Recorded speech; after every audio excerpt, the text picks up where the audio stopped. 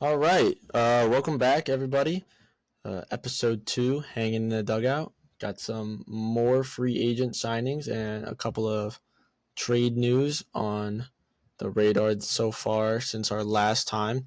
Uh, Things were kind of looking slow there for a little bit, so we didn't think we'd be back until probably, after Christmas or something like that. Well, you think something and then something else happens. So, Yeah, baseball free agency is really just one of those things that you can't predict always. People are signing at random times, um, but yeah. Anywho, we got a couple of minor deals to cover, a couple of big deals to cover, as some stuff in the corner infield market finally started to heat up a little bit, and we got our little trade that happened a couple hours ago to cover. So, Matt, you wanna take us through to start it off?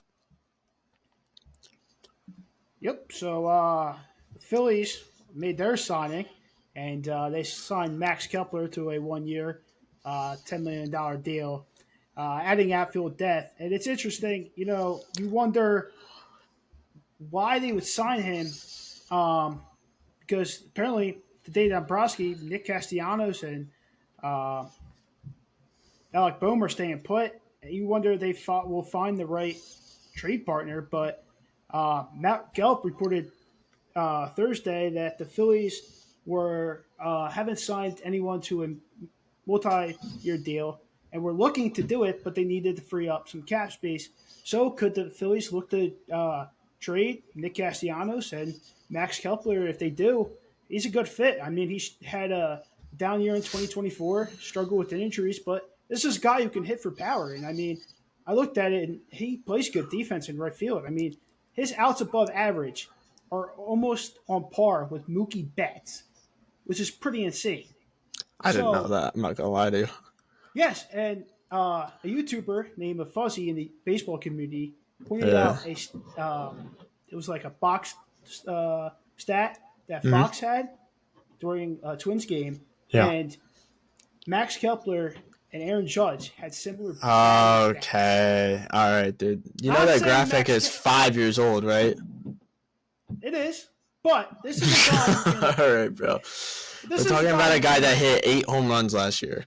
Yeah, get out of here with the Aaron Judge graphic, dude. It's no, no. Don't I don't mean, bring that up in my face. We don't have the juice ball era anymore of but Max this is a Kepler. guy in 2023 who hit 23 home runs, and you think, going to Philadelphia hitters friendly ballpark, you think he's Mm. going to would be able to do some damage. And I mean, this is interesting. I don't I wouldn't rule out the Phillies maybe trying to unload Nick Castellanos and maybe trying to sign another free agent on a big term deal.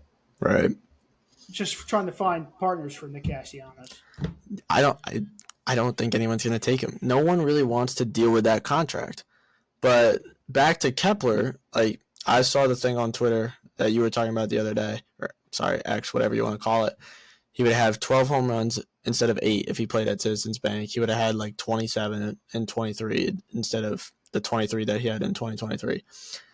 It was just like the minor differences, right? It's a 4 home run difference. Obviously, the 27 looks better.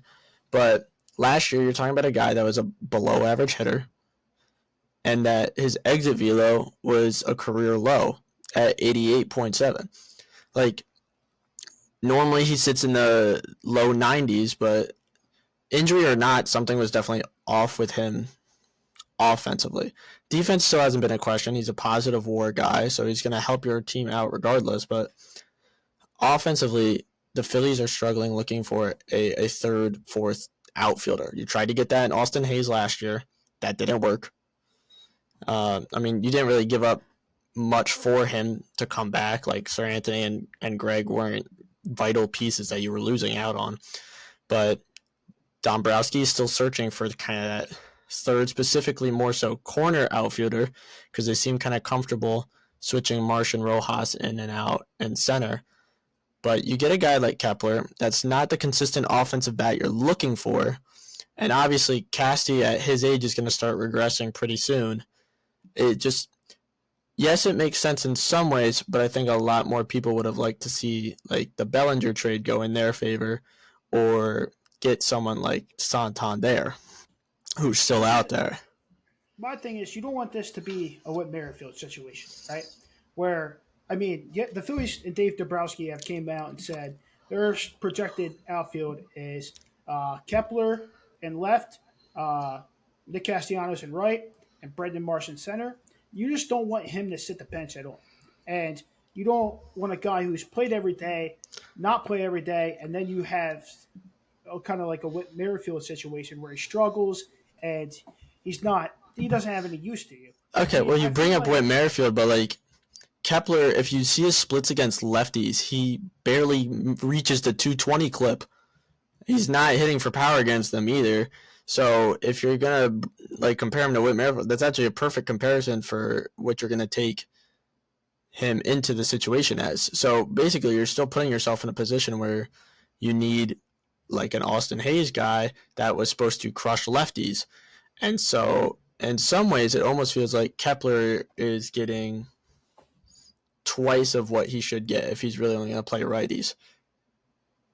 Yeah, it's interesting. You wonder what they're thinking. I really think they're trying to find a partner for the Nick Castellanos trade. And because I feel like they want to try to go out and get a Bregman or a Tanner Scott. I think they want to get Tanner Scott. And I just don't think they can that because of the money situation right now. I think they're still trying to find trade partners for Nick Castellanos. Okay, so if the Phillies do trade Nick, where in the world are they? Where in the world are they sending him? Like, what team fits? Like, what team scheme fits the Nick Castellanos way? Because obviously, Phillies have done a good job of like positioning him defensively, of putting him to his strengths.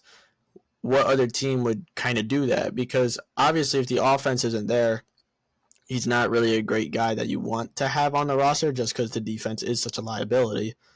Like, what other team is really looking to suit that is I guess, my question. Well, see, the one thing about Nick Castellanos, everyone gets him a lot of hate. But, this is a guy who almost played almost every game last year. He was a warrior out there. Talk about playing every game. A team I could see, maybe an aggressive team like Oakland, they want to trade. Okay, but like playing every game doesn't necessarily help them when there's like stretches where he's going 1 for 25 and he's playing subpar defense if they want to stick him in right field. Like what team is going to be able to benefit from that?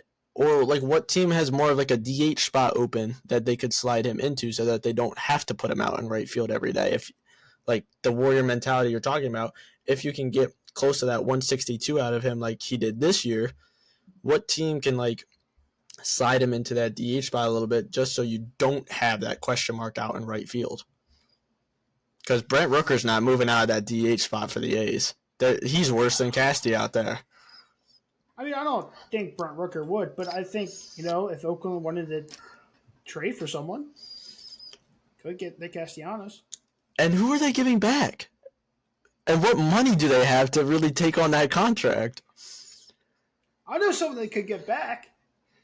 They're not giving you Mason Miller for Nick Castellanos, dude. They said no to Alec Bohm. What, like, not saying that Alec Bohm is all that great and everything, but, like, what makes you think Castellanos would make them budge a little bit more on Mason Miller? He's a top 5 closer in the game nowadays. I'm just trying to be spitballing a little bit. Spitballing Phillies fan here, but yeah. You really wonder if a team is going to try, and I'm sure phone calls are made. We see this all the time. No one's untouchable, and we'll see what happens. Very, very few players in the game are actually untouchable nowadays. You are right about that. Moving on. One of your division rivals made a minor move. They're taking a chance on Mike Soroka. The Nationals picked him up for a year and $9 million. They're gonna have him compete for a spot in the rotation. I don't hate the move. Soroka obviously had injury problems when he was still with Atlanta. That's why he ended up getting let go, because he just wasn't the same. Had a not so great year with the White Sox, but to be fair, it was the 2024 Chicago White Sox. He didn't get a win for a single start last year. The ERA close to 5, which isn't great, and the walks were kind of on par with the strikeouts a little bit of like almost every other strikeout that you throw, you're getting a walk in between that. So there's a lot of things there that honestly the Nationals are still a team that are in a rebuilding stage. Getting a guy like Soroka that once was a pretty solid guy to have in the middle of your rotation, not such a bad idea to stick between some of the younger guys like Gore, DJ Hers, Jake Irvin, like all those kind of guys. What do you think Soroka kind of brings to the table for them? I mean, I think it's probably a fish starter. Maybe a long stretch guy out of the pen. But Soroka does have a high K rate. His K rate is up there. So I think their stuff's there. It's just trying to piece it all together. The walks were the walks, and yeah, it's just trying to piece it all together. But I think the signing's good on 1 year for $9 million. I mean, I don't see why not take a. It kind of reminds me of a guy like a Spencer Turnbull. Trying to just a guy who's, how'd Spencer Turnbull work out for the Phils? He was okay until yeah. I mean, until he got hurt. But I mean, I do see what you're saying though. Like Soroka, it's a very kind of like prove it deal for him. It's nothing that's gonna really break your bank at the end of the day. No, I mean, you take a chance. Sometimes you lightning in a bottle. Sometimes it's a change of scenery, and a new team and new coaches could, lightning in the bottle. See what happens. Yeah. Next thing on the docket, we got the Rangers. Adding on to some of their pitching staff a little bit, they got Hoby Milner. On a 1-year deal. They didn't really disclose the money terms of it. Not really much, I guess. It like adds depth to the Rangers. Obviously, they stay active after getting Eovaldi the other day.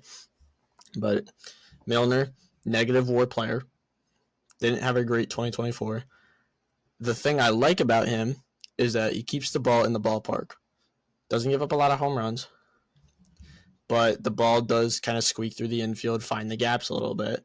I think if you're the Rangers, knock that down a little bit. With his experience both being a starter and kind of like a long reliever, you got a decent guy in kind of like the Andrew Heaney role a little bit, where he can give you 3 or 4 either to start a game or out of the pen. But yeah, not really the free agent deal to write home about if you're a Rangers fan. Yeah, I mean, it's interesting. I think this is another, a lot of these guys are flyer guys that we're going to talk about today, except a couple. But, lightning in a bottle, negative WAR player, you fills a spot. And you wonder if they could figure something out, Yeah, I agree. We just talked about the Athletics a second ago. They went out and got one of my favorite Yankees from the past couple of years. They went out and got Gio Urshela. I don't think that disclosed the money either. I just saw that he signed. 33 years old at this point. So it was around $7 million. Seven. That's, I mean, it's pretty standard nowadays, but obviously he's 33 at this point. He's not trying to break into the league or anything like that. Adds a solid veteran presence, and I think the biggest thing to look out for Gio is his stint with the Braves rather than kind of his numbers with Detroit last year. He had a positive WAR. He had a 1.0 WAR in 36 games, 265 batting average, and a above average, close to kind of average OPS numbers, which were a lot better than the numbers with Detroit. And he played kind of his Gio Urshela caliber defense again at third base when they needed someone to step up for Austin Riley. So with the A's kind of having a lot of developmental players kind of in their system, like Muncy and Esteury Ruiz still kind of falls in that category, Geloff, like all those guys, I think Urshela is a really kind of solid pickup for them there, especially at as little money as they ended up giving him. Yeah, I mean, Gio's really struggled with the White Sox last year. I think everyone knows him for his Yankee stint, and he had He, that big home run in the playoffs against the he was in Guardians. Detroit. Uh, huh? He didn't play with Chicago. He was in Detroit. Oh, it's Detroit. Did I say Chicago? You said White Sox, yeah. Oh, I meant to say Detroit. My fault. No, But you're no, good. he struggled with Detroit. Went and played for Atlanta. I think he, like you said, a veteran guy who can teach the young fellas, this is how you play baseball. And Yeah. kind of reminds me of the Severino deal, trying to get a veteran guy. And, I mean, he's going to play, Well, a little bit different. They're signing Severino on to be the ace of the staff. They're just kind of well, they're grabbing Urshela here to be a little bit of a lower end of the lineup kind of bat that maybe doesn't play every day, but gets the majority of like the first team reps, I guess, if you want to put it that way. I think leadership wise, you kind of think it was kind of the same. Get a guy who could, Yeah. just older No. guy. Yeah. And, I understand what you're saying from that kind of aspect. Yeah. But the one thing with Gio is this is his 15th, right? Is it 5 teams he's been Um. with? Because he's been with a couple. Yeah, he was at Cleveland. Got Cleveland, traded to Toronto, but never played in the majors for them. Then he and went to New then York. New York, and then The Angels, Angels, then Tigers. Yeah, Roy. fifth. No, sixth. Yeah, Yeah. just bounced So around a little bit. 16 for Gio. He's always been more of like a journeyman guy, just because. I mean, he had a couple years there with the Yanks where he could call it home, but he was never kind of he never had kind of like the stability of staying in one spot, especially because Yeah, he could never. like Cleveland had Ramirez, so I mean they weren't really gonna look for a third baseman to replace him. He could never really find his spot, and yeah, but I mean, he played well with Atlanta. You just hope if you're the Athletics, you can keep it up, Hmm? And Yeah. I mean, I would look at the Atlanta stint more than the Detroit stint, but Oh yeah, absolutely. Especially yeah, I think like if you were the A's kind of executive front office, I would look at that 36 game clip that he had with the A's or sorry, not the A's, the Braves, and really just kind of be like, all right, this can be a guy that can produce this for us for at least a decent amount of games as we try and kind of get back into that competing spot. Um, but even if he doesn't, we're not like throwing away a whole bag at him. So it's a win-win for both sides, to be honest, because Gio still gets a chance to start, and the A's could get a really good third baseman for a little bit. So I like yeah, it. I mean, it's a nice 1 year prove it deal. Some of these guys have 1 year prove it deals, and Mm-hmm.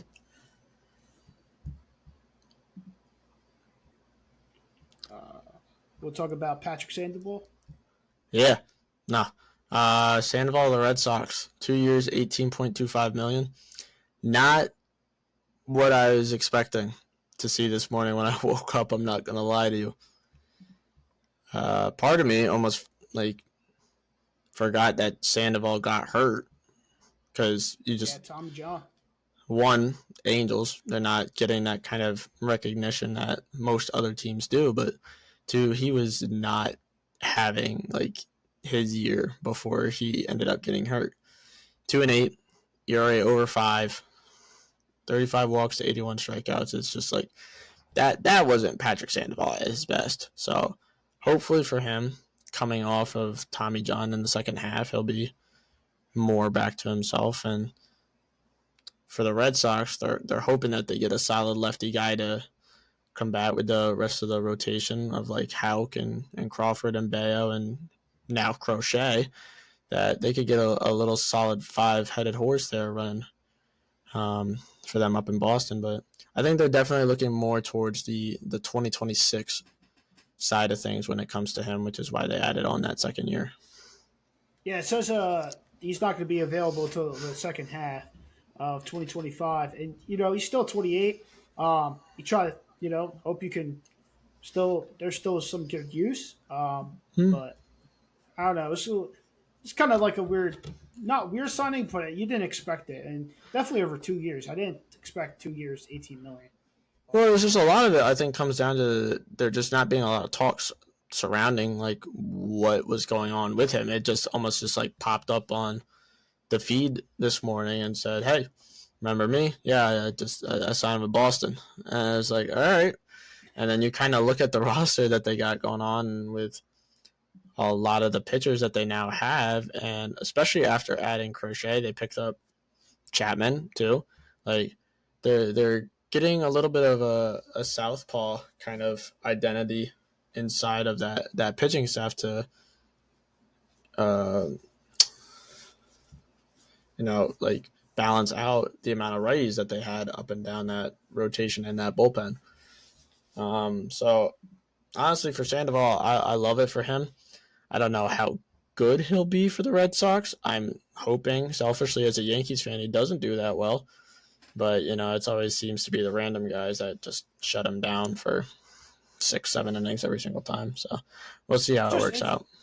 it's just interesting coming off Tommy John. He won't be available until the second half. The Red Sox would go out and give him 2 years. That's very interesting. You don't see that a lot unless it's a really big time player. But Well, I mean, I mean, they kind of did the same thing last offseason when they went out and signed Giolito. yeah, So it's not anything new to Red Sox players or the Red Sox kind of front office. Like they'll take a chance on a guy that's proven themselves successful before coming off an injury. But yeah, all the best to Patrick and see if that'll work out for them. But now we get to dive into a little bit more of the bigger news that got broken earlier today. How about Christian Walker? Huh? yeah. See, this was interesting. I was doing some stuff, and then we saw that the rumors that hey, he might be headed to Houston, and this is significant. And then an hour later, I went to Wawa and I was putting gas in my car, and I look at my phone, and Christian There he Walker's goes. a Houston 3 years, Astros. 3 years, So 60 million. I mean, it's interesting. I have to say, post Kyle Tucker, after trading Kyle Tucker, and because I think the Astros knew they weren't going to get him back long term, Mm-hmm. they said, let's go get something for him. They get Isak Paredes, and now they Mm-hmm. signed Christian Walker. I like the move the Astros have done. I mean, Yeah. I I like it. think I think if the Astros kind of add an outfielder, more preferably a corner guy, because I think McCormick and Myers handle center field pretty well.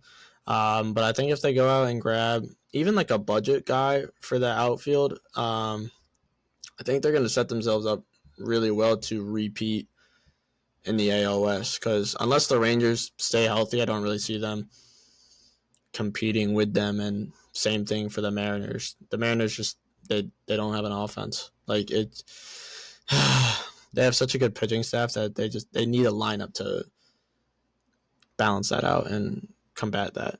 But uh, looking at their lineup with Walker in it now around the infield, you got him at first, Altuve at second, Pena at short, Paredes at third, and Diaz behind the dish. That's a really solid looking infield Yeah. compared to what they had 2 weeks ago, or not even. Like you didn't have Bregman at third, so third was a question mark. And first base, Jose Abreu just disappeared off the map after having another like rough start to 2024. It's just the Astros did a really good job filling those gaps. And I think for them, they just need to fill out one or two more to really kind of put themselves back in a position to really compete and possibly go for a pennant again. Yeah, I mean, the thing with Walker is he's going to give you a good bat and good defense. And I mean, you get him for 3 years, 60 million. Yeah, he's getting older, but it's not. I think he was looking for four, and teams kind of told him you're not going to get four. Maybe Yeah. do I mean, the three. guy And turns 34 at the beginning of the season. It's not like they're right. going to just So I toss mean, out a 100 plus at him.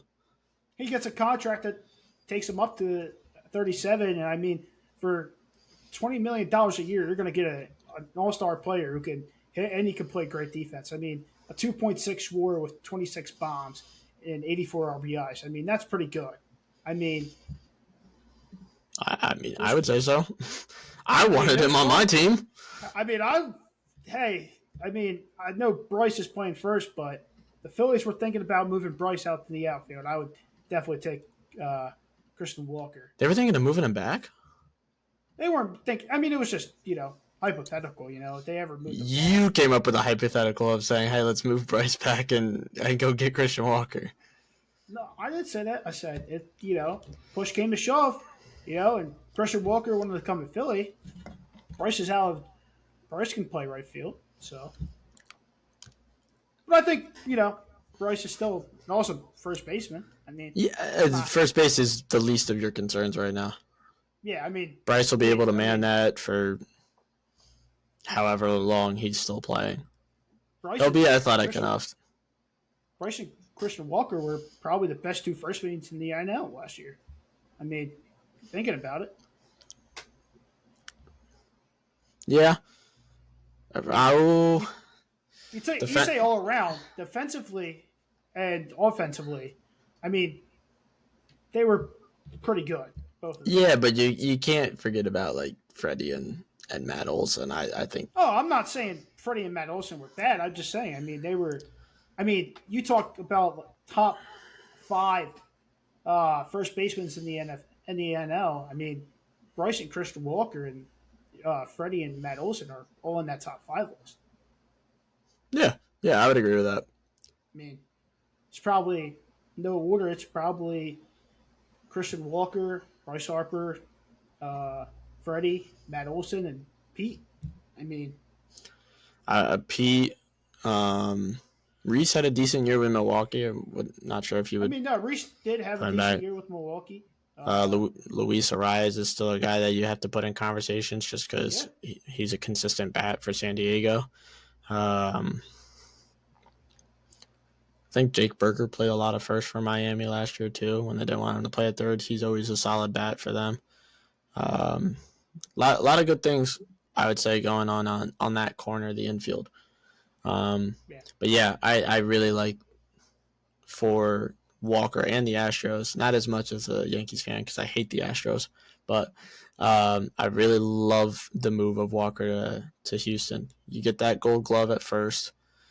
You get 25 to 30 home runs a year, 80 to 90 RBIs, and a well above league average OPS. Yeah, I'm excited if I'm a Houston fan. Yeah, I mean, those Crawford boxes are going to be bombs away. I mean, him and Parise are going to be licking their chops at that. It's going to be fun to watch that. So, I know I give Houston. I think Houston did a great job. They kind of knew they weren't going to get Kyle Tucker, like I said, back on the long-term deal. They said, let's go see what we can get, and they got Isak Paredes and some prospects, and then now they grab Christian Walker at $20 million a year. I mean, I feel like Houston, they're still going to contend, but they're moving the money around, and I like it. They're doing the little things that I think that are necessary for them right now to do to get themselves back in a good spot. With all that being said, a couple hours ago, some news broke that I wasn't really expecting to see from New York. Jose Trevino got shipped out to Cincinnati tonight in exchange for Fernando Cruz and Alex Jackson from the Reds. It honestly just confused me. I'm not going to lie to you. Until I looked more into the numbers of both Cruz and Jackson, I think for New York it's more of a money thing rather than a playing thing. I think it's part of a playing thing because I think they want Wells to be the everyday starting catcher, but Trevino is supposed to make some money this year, and they're just trying to free up some stuff I think to go get their first baseman that they're looking for. But honestly, after looking at the numbers, I'm kind of excited to see what Matt Blake does with Fernando Cruz because of his splitter, especially. 8-run value in that pitch, 59% whiff rate, a 116 average against it. It's one of the best pitches in baseball, flat out. Yeah, I mean, you wonder who would be the next backup catcher for the Yanks. I mean, Trevino is, pretty good backup catcher. He filled that spot pretty well. I mean, I mean, yeah, the rave about Trevino, obviously, the framing. He's one of the best framers in the game. He was in the 95th percentile for it, and he had 9 defensive runs saved last year. Obviously, his glove was a great thing. The problem with him was he couldn't throw anybody out. He had one of the worst pop times in all of baseball. It was like a 2-2, pushing 2-3. Like, you can't have that in Major League Baseball. That's a free 90 for anybody. And the other thing was that, like, we never traded for him for his bat. Like, his defense, I think, was always the forefront of why we got him. But, I mean, the bat just disappeared, too. Like, 215 average. He didn't really strike out a lot. Like, he only had 41 strikeouts in the games he played last year, but just a lot more weak contact coming from his bat. A lot of ground outs, a lot of rollovers. Just 215 average and a 642 OPS. With that, plus the inability to really go and get runners when Wells is taking 2-3 steps forward in that department. I mean, his job is already like fading away very quickly because of that, but having him on as a backup catcher and using him every kind of 3-4 days doesn't necessarily help because teams can scout to that, and we saw that multiple times with the Yankees last year, is especially in Boston. One of that first series in Boston in June, I think they stole 10 bases on him that night. Like, it was an obvious flaw to his game that people were finally starting to abuse last year. So honestly, I think moving on from him is the right move for New York, and getting a guy like Fernando Cruz back, I'm not opposed to it. I'm not upset with it. Like, I think it's a good move on both sides. well, now you got to think New York's in the market also for a backup catcher. Not anymore, because they got Jackson. Yeah. I mean, obviously, looking at his numbers, a 122 batting average isn't exactly what you're going to want in a major league roster. Well, but what I said. I mean, you wonder they might still go get someone, but they traded Narvaez to Boston for international money. So they had an obvious spot to kind of fill up in if they were going to trade Trevino. And I don't think Jackson necessarily fills that gap, but, I mean, 81st percentile in framing, so he's still got a solid defensive guy behind the plate, and he had a positive DRS. So with how bad the offense was last year, I think that can be a more fixable thing than the defensive side of things, because he has a pretty good arm too. So from a defensive standpoint, at least, I think the Yankees are better off if they just run with Jackson as their backup catcher. But if they want a little bit more offense, a 439 OPS isn't going to look great in the starting lineup. So if they went out and got someone, I think that's not a bad move on their part. Yeah, I mean, I think they would, keep their eye out, see if anyone still in the market that was looking for a cheap deal that they could get. Yeah. But I mean, like you said, I think they did just take the Bellinger contract. Probably were trying to unload some money. They're still in the market for some more free agents as well. Bregman. So you wonder they're just trying to free up some money, and I mean, it's interesting. Yeah. Again, not a move I expected to see tonight, or even for like a little bit, maybe. Like,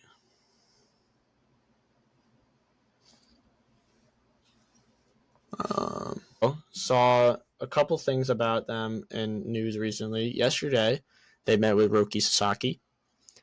The details of their meeting were not released or anything like that, but just the fact that they had one, which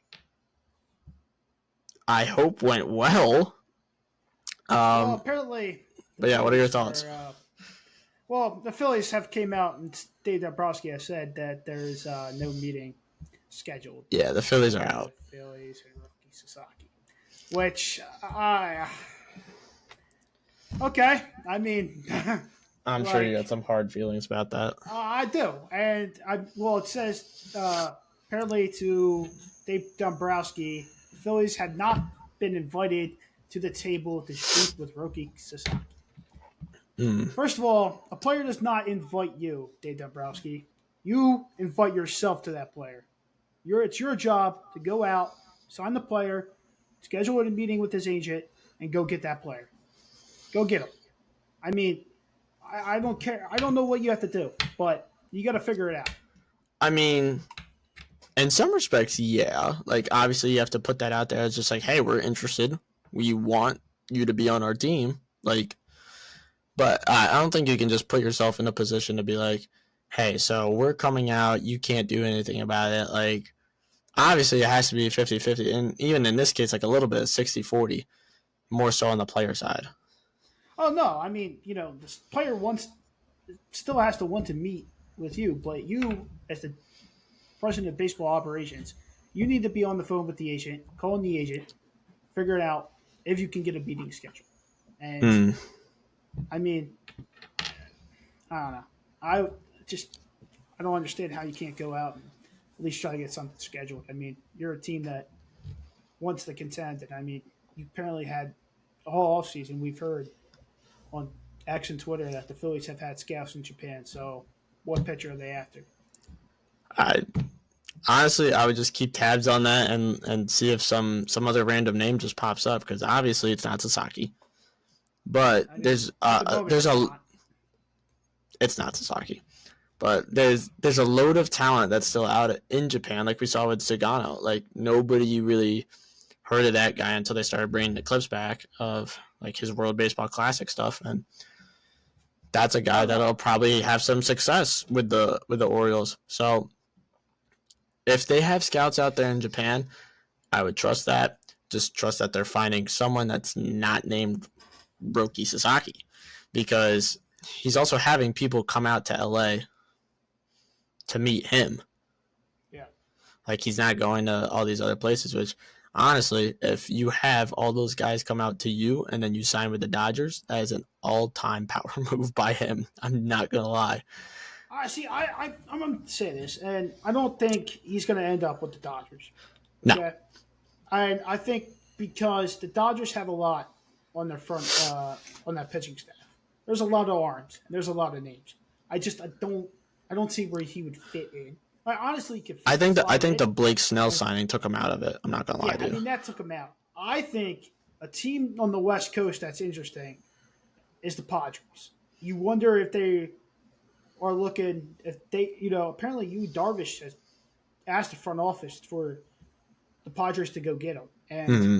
you wonder maybe if they were like, all right, well, maybe we traded Dylan Cease. I mean, apparently Kevin Rosenthal, he was on foul territory a couple of days ago, and he said Dylan Cease could be traded. Right. So, I mean, that's a team. I think you have to, the Yankees, of course.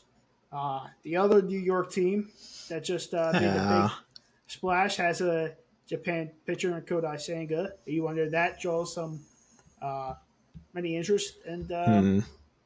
I mean, you can't rule out the Dodgers, but I think Right. it's very unlikely.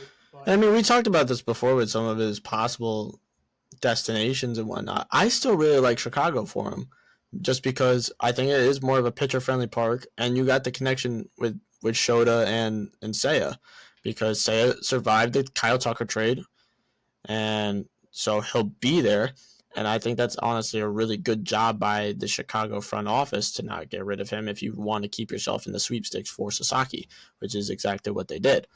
So for me, Chicago right now, I think is the number one spot for him to where I see him going, with the two New Yorks trailing behind.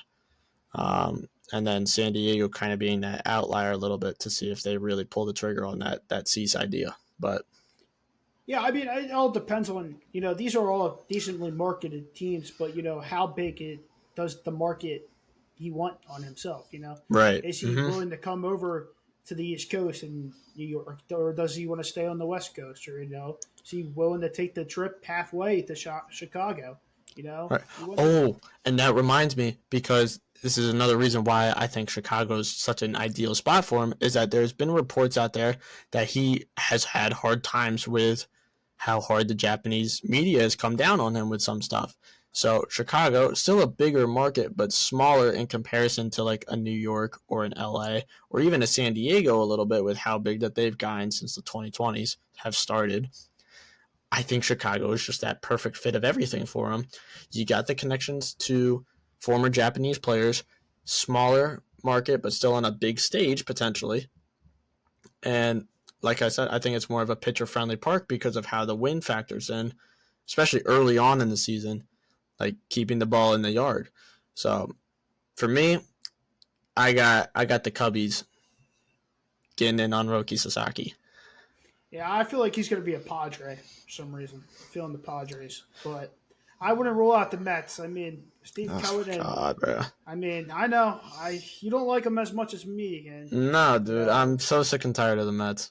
yeah, I'm so sick of seeing Grimace. I mean, Grimace just the All right, Grimace stuff is just, oh my god. Yeah, one last thing I kind of wanted to cover on about like the trade rumors and stuff like that. Saw yesterday, Fireside Yankees put out Stroman deal is more likely than not to happen. It frees like 18.5 mil from the Yankees payroll. That's another move I see them using to potentially get a Bregman or something of that nature. One, where does Stroman go to like take that? Because then that could also, I know Arenado didn't have us on our list, but that could probably factor into that kind of trade. Like one, where does he go? Two, who's willing to like take on that money? And then three, what do they do after that trade is now over? And with Stroman, like, unfortunately for the guy, he's not really hitting 90 anymore. He's a big pitch to contact guy. He needs to have a better defense behind him, which is what we saw in his like shortcomings with the Yankees, is that the defense behind him was one of the worst in all of Major League Baseball. Like, how do you put him in this position to still succeed at this kind of like late stage in his career? And then as the Yankees, what are you getting back for him and how do you move forward? Yeah, I mean that's interesting. You wonder who wants to take him. I mean, Right. I feel like he does still have value. I feel like if you're a team and he does still have value, but you do wonder, who's interested in him. And Mm-hmm. I'm sure we'll see. Rumors are to come out, and we'll see. But it's definitely interesting. Yeah. I'd love to see kind of how that pans out, but with it being 4 days away now from Christmas, I'm really not expecting anything else to really hit. Maybe a couple things kind of today and tomorrow, but what I think like 23rd, 24th is kind of that cutoff of where deals are falling through, and we won't see a lot until around New Year's. Yeah, I mean, the one thing I saw that was interesting was Otani. Um, they don't think he might be ready to go by the start of the season. So Yeah, that's very interesting. that's kind of what we Uh, thought too, to be I mean, honest. it's what we thought. Now with the labrum surgery on the not Mm-hmm. throwing pitching hand or throwing hand, but you wonder, when will he pitch? Right, Because the Dodgers didn't pay $700 million for a DH. DH. Yeah, I mean, they weren't like the Mets who said we'll pay $700 million for a subpar defensive player and the big guy and you could DH. So, You're uh, hating a little bit, but yeah, I'll respect the hate. I mean, it's wanted. I mean, I think the baseball community has said that the contract was a little too large, but we It's an get it. overpay, but I mean, but you get the it. guy the You guy does think, deserve his money a little bit. oh no, and I think in this day and age when you're trying to top everyone's contract, I mean, that's what happens. And I mean, hey, Yeah. Um, but yeah, I think that's gonna wrap things up for us here with episode 2. Really good stuff from the past couple of days that we weren't really expecting to see much with the holidays coming up. So stuff coming up. We got the college football playoff going on right now. We'll have some first round reactions to that later this weekend. And then win for the Notre Dame Fighting Irish tonight. Yep. Jeremiah Love, really good game. Yep. And then Tuesday, I think, right before Christmas, we'll talk some NFL a little bit. Big Christmas, big Christmas slate this week for the boys. That's going to be interesting. Should be good. I can't wait for an NFL podcast. I think that episode's going to be fun. The playoff picture is going to shape up pretty good here. I think we'll have some really good games. Yeah. Some of the big news: Michael Penix being benched. I mean, starting. Michael Penix starting. Cousins benching. Yeah. Chargers kind of getting themselves back into a better playoff spot with the win Thursday night. Yeah, it was a wild game Thursday night. Yeah, a lot of good stuff. But we will get to that later in the week. And until then, I'm Dylan. I'm Matt. Just one thing I want to note: just keep Instagram notifications on. I think we're mostly active on there. We're posting the story. Did have a poll, and people did respond. Zach Wheeler was we asked who should have got the NL Cy Young award, and because that was a big talking point in episode 1. And bunch of Philly fans, dude. I mean, look at the numbers. Look at the numbers. The people spoke. Yeah, the people are wrong. The people are wrong. It's all right. Hey, we got to vote for Paul Skeens, so. Thanks, Kelly. Until next time, we'll just be hanging in the dugout. Thanks, guys. See you guys.